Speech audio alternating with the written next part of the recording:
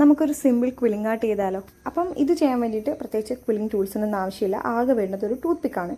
അപ്പോൾ കുറച്ച് paper strips എടുക്കുക. ഞാനിവിടെ ഒരു 11 to 12 സെൻറ്റിമീറ്റർ ലെങ്ത്തും 0.5 സെൻറ്റിമീറ്റർ വിഡ്ത്തും വരുന്ന കുറച്ച് യെല്ലോ പേപ്പർ സ്ട്രിപ്സ് എടുക്കുന്നുണ്ട്, ഒരു 3 അത് ഇതുപോലെ ഒരു ടൂത്ത് പിക്ക് വെച്ച് ഇതുപോലെ റോൾ ചെയ്ത് ഇതുപോലെ പശ വെച്ച് ഒട്ടിച്ച് ഒരു 3 ഇതുപോലെ സെറ്റാക്കി എടുക്കുന്നുണ്ട്. എന്നിട്ട് നമ്മൾ കഴിഞ്ഞ വീഡിയോയിൽ ചെയ്തിട്ടുള്ള പേപ്പർ ഫ്രെയിമിൽ അതിൽ ഇതുപോലെ ഞാൻ ഒട്ടിച്ചു കൊടുക്കുന്നുണ്ട്.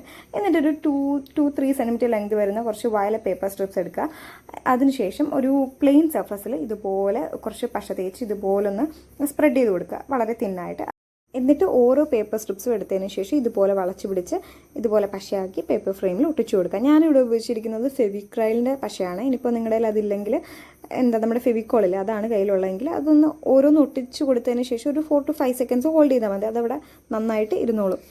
അതിനുശേഷം കുറച്ച് ഗ്രീൻ പേപ്പർ സ്ട്രിപ്സ് എടുക്കുക. ഇതിൻ്റെ കാണുന്ന പോലെ ഒന്ന് റോൾ ചെയ്ത് ഫുള്ളാക്കണ്ട, എന്നിട്ട് അറ്റ് ഇതുപോലെ ഒന്ന് ആക്കി കൊടുക്കണം.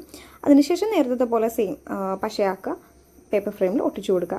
പിന്നെ അതിനുശേഷം നമുക്ക് കുറച്ച് കുറച്ച് ലീവ്സും കൂടെ വേണം.